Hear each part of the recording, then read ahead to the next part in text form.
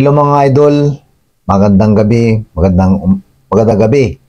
Sa Ilocano, nembag garabiyo amin apo sa waray maopay nga gabi iyo tanan. Magbibigay lang ako ng konting tips bago nyo pasukin ang pagiging vlog o pagiging vlogger. Dapat tanggapin nyo kung yung may mga comment na di magaganda, kasi masasaktan lang kayo dito mga idol pag nagbablog kayo.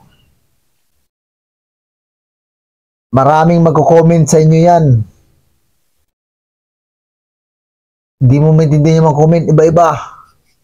Oo, mga masakit na comment mga idol.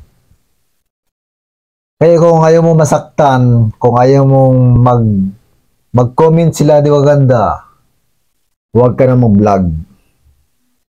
Kasi ang pagiging vlogger, dapat makapal ang mukha. Dapat hindi maarte. Yan.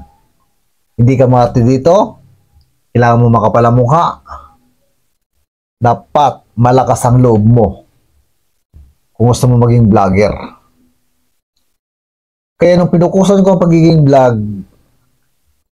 siyempre marami akong gustong gawing content, iba-iba.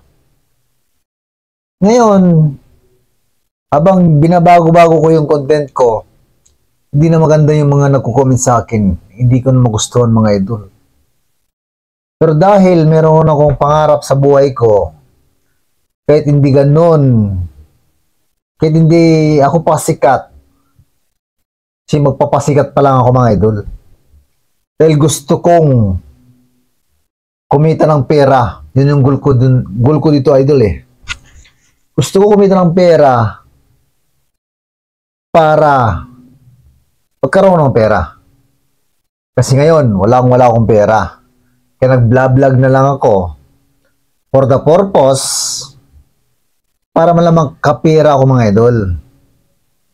Kaya yung mga nagko-comment na mga hindi maganda, hindi ko na pinapansin mga idol. Sabi ko, bahala kayo sa buhay nyo dyan. Basta ako, tuloy lang yung pangarap ko sa buhay.